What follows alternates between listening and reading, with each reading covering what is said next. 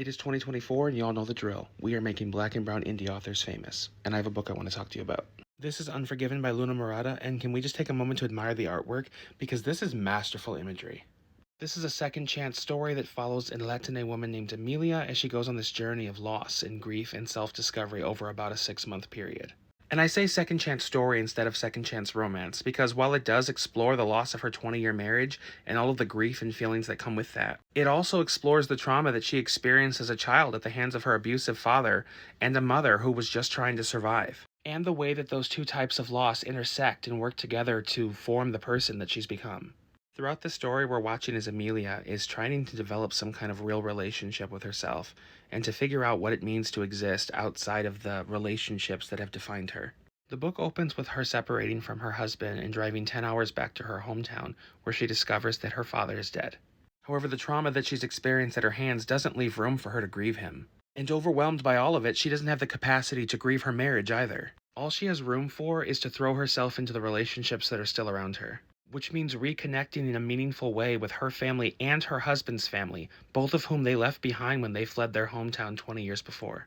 And I think the thing I really loved about this book is that while it is leading us towards a re-examination of her marriage and her relationship with her father who has passed away, the primary point of this book is Amelia's journey of reconnecting with herself. Of her asking questions about why am I the person that I am? Why do I interact with the people in my life the way that I do? Why do I process the world in the way that I do? And how did these relationships help define those processes? And with every relationship she re-examines and every trauma that she endures, she is one step closer to really understanding who she is and what the future looks like. At its core, this is a book about trauma and abuse and survival and redemption. And not just redemption for the people who cause pain, but redemption for the people who feel broken by that pain. This was an incredible book. I read the majority of it in one sitting. And as someone who has had to do the hard work of looking back at my life and reconciling the relationships and experiences that have defined me in the way that I look at the world, I related very hard to this book. I found myself joining Amelia in grieving the fact that I'll never be able to have conversations with the people who have hurt me, and wondering what impact my childhood had on the way that I process the world and engage with my relationships today.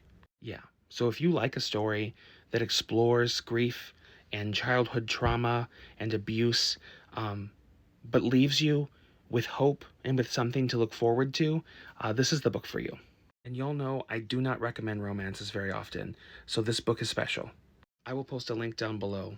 Go get a copy.